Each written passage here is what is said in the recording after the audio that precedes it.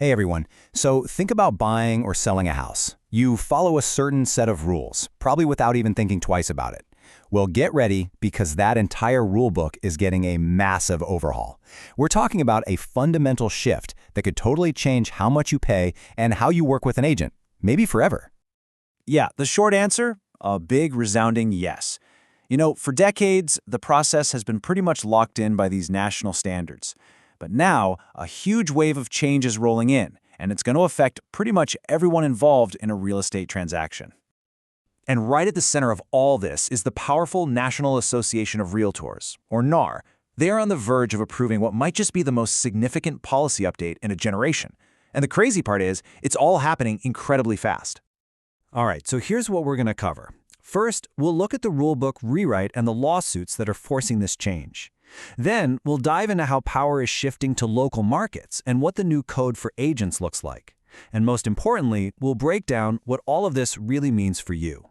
So let's start with the big picture here. And trust me, this isn't just some minor tweak. NAR is doing a complete top-to-bottom review of its policies, and this is going to impact everything from the multiple listing service, the MLS, all the way to the code of ethics that every single realtor has to follow. So you've got to be asking, why the huge overhaul all of a sudden? Well, the answer really lies in a series of high-stakes legal battles that have put the entire industry under a massive microscope. See, for years, the industry operated under these really stable national policies. But now, that whole foundation is cracking under immense pressure. It's coming from two sides: intense antitrust scrutiny from regulators and these massive lawsuit settlements that are basically forcing NAR's hand. And that term, commissioned lawsuit settlement, is so key to all of this. It's a legally binding agreement that is forcing NAR to rewrite its rules, especially around how agents get paid and how they have to talk about their fees with clients. This settlement is pretty much the main driver for all the ethical changes we're about to see. Okay, so let's unpack the first major area of change, the rules for the MLS.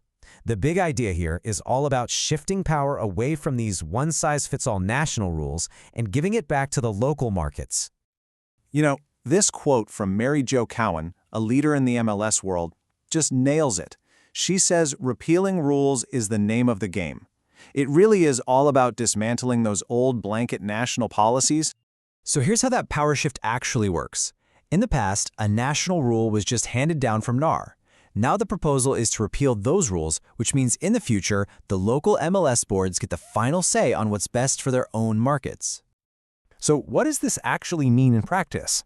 Well, local markets can now decide things like who gets access to their MLS, whether they'll allow open listings, and even how they cooperate with neighboring markets. It is a huge decentralization of power. And just to give you a sense of the scale here, this is not just one or two small tweaks. A comprehensive antitrust review came back with 18 separate recommendations to overhaul MLS policies. Make no mistake, this is a sweeping change.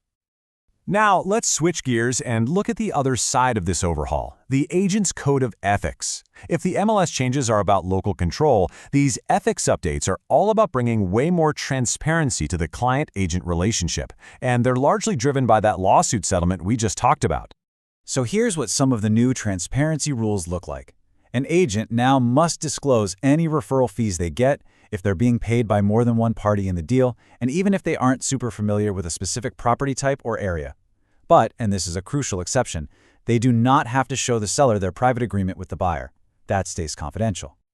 And here's another really key update. An old rule required agents to disclose something called variable rate commissions. Well, that's being scrapped. And the reason is simple. That big lawsuit settlement is ending the whole practice of sellers offering commissions to buyers' agents on the MLS in the first place. So if the practice is gone, the rule to disclose it is pretty much irrelevant.